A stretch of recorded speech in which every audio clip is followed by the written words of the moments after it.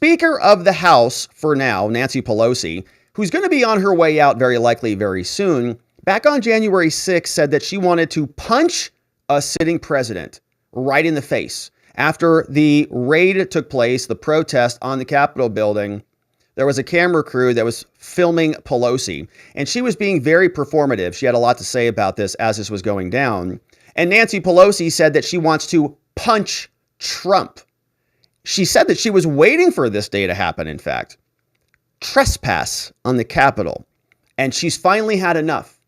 Now Trump's going to get it. And that's what this is all about. Secret Service said they have dissuaded him from coming to Capitol Hill. They told him they don't have the resources to protect him here. So at the moment he is not coming, but that could change. Oh, he comes, I'm going to punch him out. This is my wow, moment. I would pay to see I've that. been waiting for this. Waiting. For trespassing on the Capitol grounds. I'm going to punch him out and I'm going to go to jail and I'm going to be happy. I'm going to punch him out. And I've been waiting for this. And you can sort of see how upset she is, right? She's sort of shaking her hand. Look at that handshake. Ooh, look at that. She is very unhappy with this. I've been waiting for this. Trespass on the Capitol. In fact, you know, it's sort of been subconsciously sort of wanting it to happen. It's almost like maybe I might have not maybe I've encouraged it to happen or sort of allowed it to happen. Anyways, it doesn't matter. I've been waiting for this and I'm going to punch him as soon as he gets in here.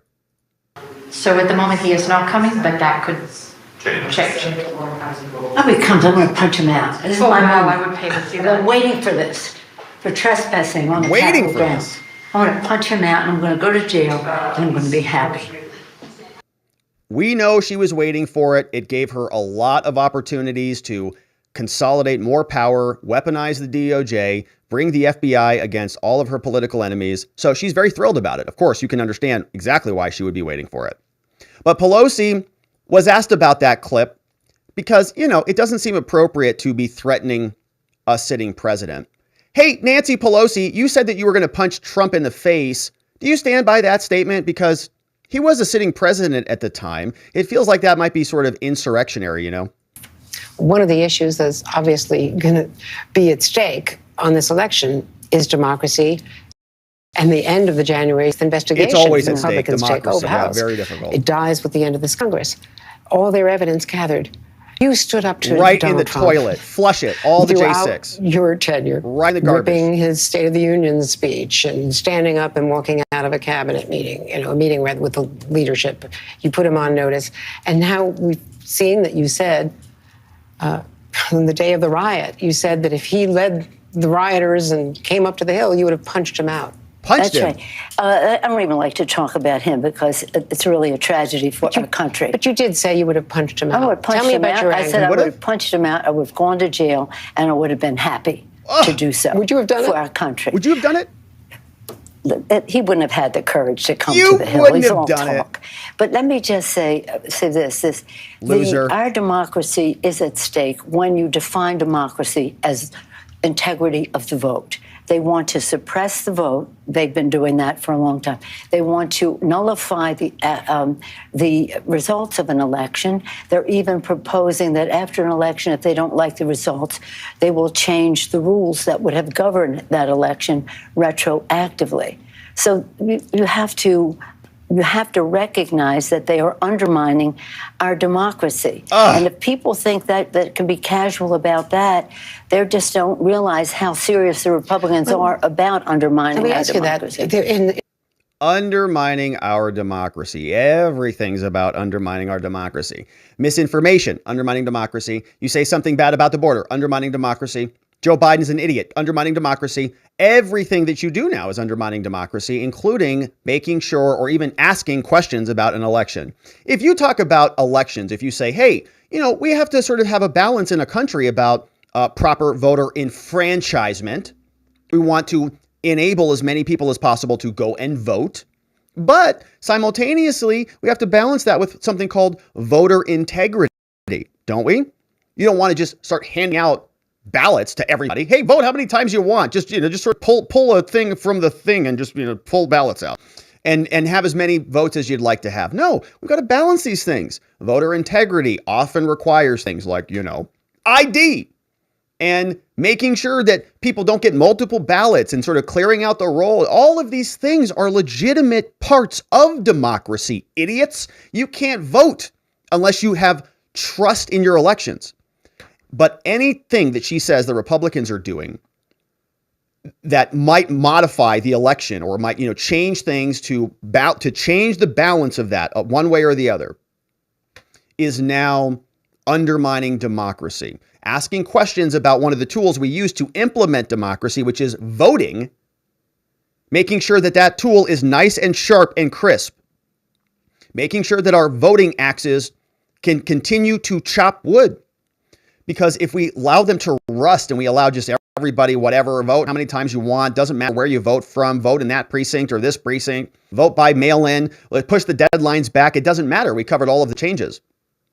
Irrelevant, apparently. It's all going to undermining the democracy. You're not allowed to even question it because it's perfect.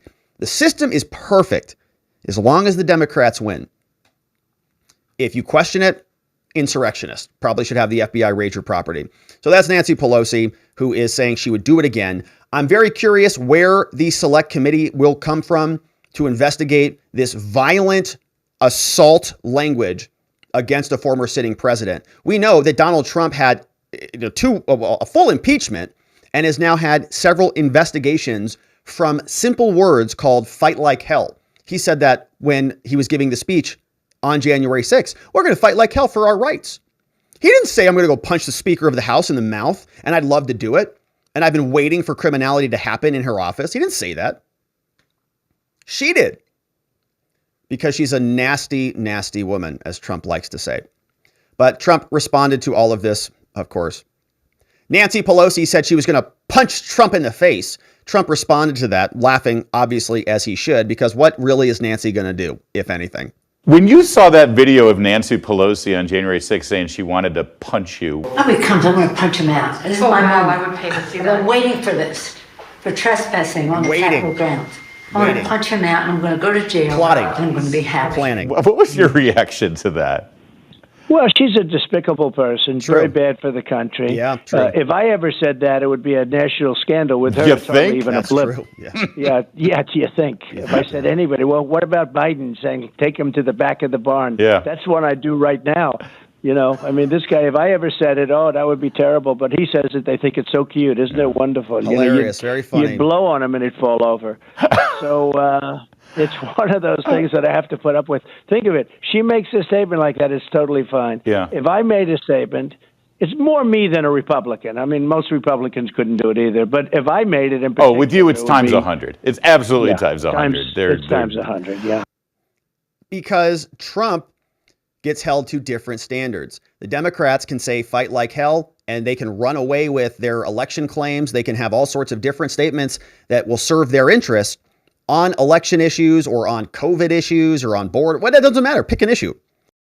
Trump says it. End of the world. Democrats can even say that they're going to punch sitting politicians in the face and get rid of it. Nobody cares. Media looks the other way. Trump said it would be the end of democracy. Of course, because everything Trump does is the end of democracy. But that's Trump reacting to Nancy Pelosi and her threats to punch him in the face. Trump is also facing a lawsuit from this woman, E. Carroll. Very interesting lady. We'll learn a little bit more about her. Trump had to sit for a deposition today as a result of a lawsuit brought by her. You can see here she is on Wikipedia. E. Carroll is a journalist author suing Trump for defamation. She was the first female contributing editor for Playboy. Oh, very interesting. Noted for her gonzo-style first-person narrative as a journalist. And she's written many, many books. Now, in 2019, she wrote a book called What Do We Need Men For? Nice lady. A Modest Proposal. So I guess she's going to do it all on her own. She accused Les Moonves and Donald Trump of sexually assaulting her in the mid-1990s. Interesting. So 2019 is when it all comes out, even though it happened 35 years ago. Yeah. Or 25 years ago. However long it is. Long time ago. Depends on, I guess, when you do the math from now. The point is, my friends, this is who this individual is. I don't do math on the show. Let's learn a little bit more about her work. Rolling Stone, she has a biography. She did some work with Hunter S. Thompson. Online, she founded or co-founded greatboyfriends.com, where women recommended their ex-boyfriends to each other. You know, it was bought by Facebook at some point. On June 21, prior to the release of her book, she wrote in New York Magazine that Donald Trump assaulted her, fall of 1995. Okay, so that's the date. Department store in New York City. Her book contained details of the incident. She said that she ran into Trump at the store and spoke with him, said that they joked about trying on lingerie before eventually going into a dressing room together. Oh, before Trump eventually took advantage of her involuntarily. She stated that the alleged incident lasted less than 3 minutes, and she told them that all of this happened confided with her friends at the time, but didn't bring it out until 2019. Okay. Trump denied the allegation, saying that Carroll was totally lying. Totally lying. That's the statement that's going to be defamation. He says, I'll say it with great respect. Number one, she's not my type. Number two, it never happened. It never happened.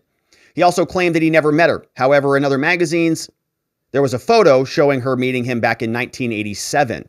Okay, so mid-1995, all the way back to 1987. She's got a photo of him from 1987. Trump dismissed that, saying, standing with my coat on a line in, give me a break. My back to the camera says, I have no idea who this woman is. Carroll chose not to describe the alleged sexual assault as rape, instead describing it as a fight. What? My word is fight. My word is not the victim word, I fought. Okay, so I see what she's doing. She's using empowering language. Got it. In addition to other comments, Trump stated in June that she was totally lying. He knew nothing about her. And Carroll filed a defamation suit in the New York Supreme Court. Carroll's attorney served a request for DNA sample for analysis. DNA sample is still being sought. Oh my gosh. Now, the lawsuit has been going forward for quite some time. Let's take a look at who this individual is. This is, her name is E. Jean Carroll. And I found a clip from her on Anderson Cooper from some time ago after her book was first published. And so let's take a look at this one. E. Jean Carroll suing Donald Trump for defamation. This is a clip from her back in 2019 when her book came out, where she articulated what happened. She's on with Anderson Cooper, and she explains the ordeal very interestingly. Here's what it sounded like. Begin just by asking you about the latest thing that the president has said just short time ago. He gave an interview to The Hill. He said, I'll say it with great respect. Number one, she's not my type. Number two, it never happened. It never happened, okay? I love that. I am so glad I am not his type. I am so glad. This was 20 years ago. Yeah, a long and time I ago. probably was, at that moment, in that 5 minutes, the most attractive woman in Bergdorf's in that one bit of time. And you think that's what it was about for him? I don't know what it was about. Anderson, we were having a high old time. You remember Donald Trump, hail fellow, well met, walking up and down the streets of New York, greeting everybody. Everybody liked him. You're talking about 1995, 95, 96. He was 95, 96. Shakespearean. He was great. You'd love to see him on the street. So when we met in Bergdorf's and he said, help me, advise me to find a president, I was thrilled. I thought, this is hilarious. I'm wondering. I thought this was hilarious. I thought this was thrill. I loved the whole thing. I mean, it's Donald Trump. What a crazy guy. And then, of course, it went downhill from there. He makes a lingerie joke. Next thing you know, they're in a dressing room. 3 minutes later, they come out. They're both seeing stars. What the heck happened in there? Then we fast forward 25 years later, and boom, what do we get? Yeah, that's right. Accusations before Trump has to run for re-election in the year 2020. Very, very, very convenient stuff. But here's some more on the actual deposition that was taking place. We had CBS News gave us some background on this. Let's see what they say. Trump sat for a deposition brought by E. Jean Carroll, of course, suing him for defamation. We know that on Wednesday, there was a civil lawsuit that was filed by E. Jean Carroll. She accused him of fighting with her in a New York City department store. Trump lost a bid to delay all of these depositions and questioning. Trump right now is actually appealing this because he wants to challenge his sort of immunity. And he tried to delay the deposition while that was pending, but the judge denied that from happening. He was deposed on Wednesday for a civil lawsuit accusing him of defaming E. Jean Carroll after she accused him of raping her. On October 12th, he lost his bid to delay the questioning. A federal judge brushed aside arguments that the pending appeal was warranted. We didn't know anything about the timing or the location of the deposition. Trump's lawyer, Alina Abba, did not respond for comment, but we'll probably hear more about this tomorrow. So the deposition comes 2 months after Trump refused to answer any questions under oath when he was there with Letitia Tishy James out of New York. Trump invoked his Fifth Amendment right 440 times in that deposition, which is a good call. James sued him for $250 million last month. Carroll, age 78, in a 2019 New York Mag article, accused Trump of raping her back in the mid-1990s. And he said that she's a liar. So the deposition took place today. As I said, don't know much about it because, all that stuff is sort of done by private parties. But of course, when we learn more, when Trump's lawyers or when other people respond, we will unpack that, of course. Trump also is waiting for a nice letter from the January 6th Select Committee. The January 6th Select Committee decided that they were going to issue Trump a subpoena, and if he doesn't respond, Cheney says there are going to be repercussions for him, including sending this over to the DOJ as a criminal referral for failing to respond and comply with Congress. We've seen Steve Bannon and Peter Navarro and others charged along this same modality. But here's Liz Cheney saying, yeah, we haven't written the subpoena yet, but we're working on it. And once it's done, it's going hot right over to Trump's inbox. We'll be issuing the subpoena shortly, both for his testimony under oath as well as for documents. And we'll take whatever next steps we have to take, assuming that he will fulfill his legal obligation and honor the subpoena. But if that doesn't happen, then we'll take the steps we need to take after that. But I don't want to go too far down that path at this point. The steps she needs to take, of course, would be fighting this in court, sending this over to the DOJ. It sort of depends on what Trump does. If the subpoena goes to Trump and Trump fights it in court, then of course the January 6th Select Committee will respond in court. And the theory is if this happens, the January 6th Select Committee may be dissolved before they have any recourse. Balance of power is very likely to change in the House of Representatives next year. Liz Cheney's probably going to be thrown right out on her booty, which means the Republicans are in charge. You can imagine that the committee gets dissolved. And so is this a real threat or not? We don't know. But she will be in power, at least for the next several months. And the subpoena will go over to Trump. He'll have to decide what to do. A part of me has said Trump should go back and show up there, because I think he would just destroy the entire room and he would shatter the entire narrative. That's sort of the pay-per-view side of me. The lawyer side of me is like, don't tell him to talk ever again at all. So I sort of have a, contradiction there, well, conflict. But Liz Cheney saying that if Trump doesn't respond or he doesn't show up and attend to her little show trial, there will be repercussions. We all know what that means. For her, it's the Department of Justice. It's prosecution until she is victorious. We'll continue to follow her, of course, as well. Bill Barr is our final clip on this segment. He was out talking about Igor Danchenko. John Durham loses another trial, this case involving Igor Danchenko, the guy who was allegedly responsible for creating the Steele dossier, sending that over to Christopher Steele, who was working with Fusion GPS, who was working for Perkins Coie, which is where Michael Sussman worked, who was colluding with the Clinton campaign to promote fake stories to the FBI and to the media. Igor Danchenko was somebody highly involved at the very, very base level, gathering all of these materials.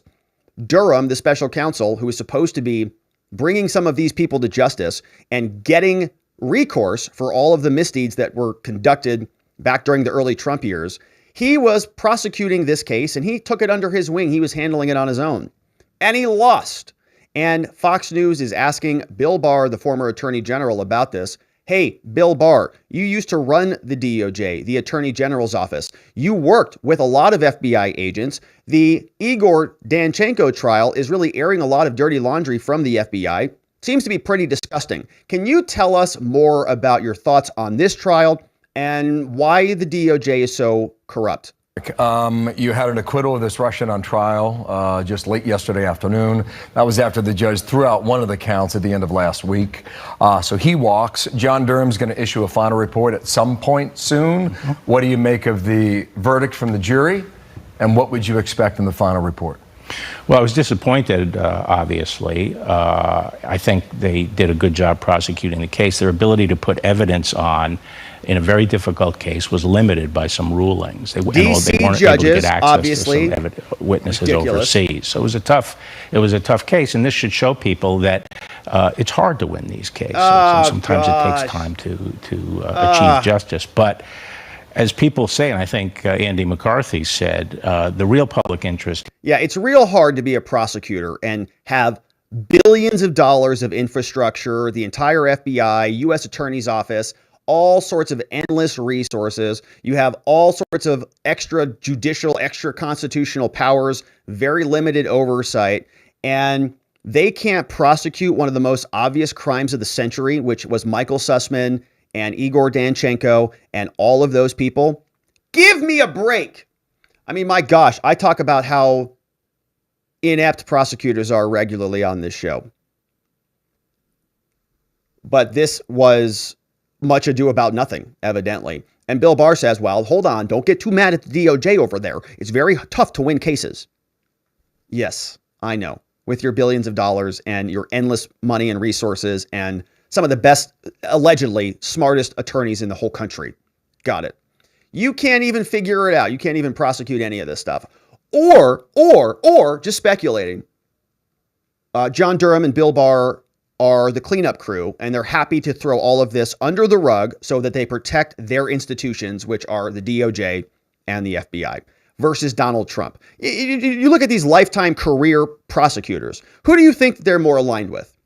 The truth and Trump, or the status quo, the DOJ, and maintaining the current oligarchy that exists in this country? Pretty obvious, as far as I can tell. And it doesn't even look like they're, trying much. It's pretty pathetic. So we have Bill Barr. Don't blame them, though. These cases are hard for us to win. Here was being served by exposing the full extent of corruption that was involved in the Russiagate and the abuse by the FBI in that whole episode. And I think Durham is going to get a report out that's going to lay out all the facts. Great. We're going to get another report. We want convictions. We want extensive investigations that follow all the tentacles to all the paths where they may lead. Michael Sussman, nothing. Hillary Clinton's lawyers, nothing. Jake Sullivan, nothing. Hillary Clinton, nothing. Right? If they're going to go raid Trump's residence, we want some equal justice, equal protection of the law. Go after the same corrupt garbage agents and leadership who try to sell America a bill of goods. They are going to write a report for us. That's great. Thanks, Bill. Amazing. We're going to get a report. Yeah, and the question will be, does this move the needle? What good is a report going to do if it's not attached to any actual criminal liability? People are going to say, okay, well, did they get charged with crimes? No. All right. It would be much better to have a report and, 10 convictions. That's what I would like to see. But they're not. And Bill Barr is just going to turn around and he's going to say to us, well, it's going to be like a nice book report that we're going to publish on our website. Great. Thanks, Bill. Why don't you do that for our clients? How about we do that for our clients? Don't convict our clients. Why don't you just write a very bad letter about them? And we'll just publish. Yeah, happy to do that. Write a report. about the criminality that exists. Maybe the DOJ will write a report about Trump's documents. Huh. Oh, no, they didn't do that. They raided his whole house. What a joke. All right. So anyways, got to calm back down here. Blood pressure is rising. All right. So that is the latest on Trump responding to the Nancy Pelosi punch threat, threatening our current sitting president when he was in office. And of course, we will continue to cover all of the Trump saga. Thank you for following. Thank you for liking this video wherever it is you're watching it. And we look forward to seeing you on the next one.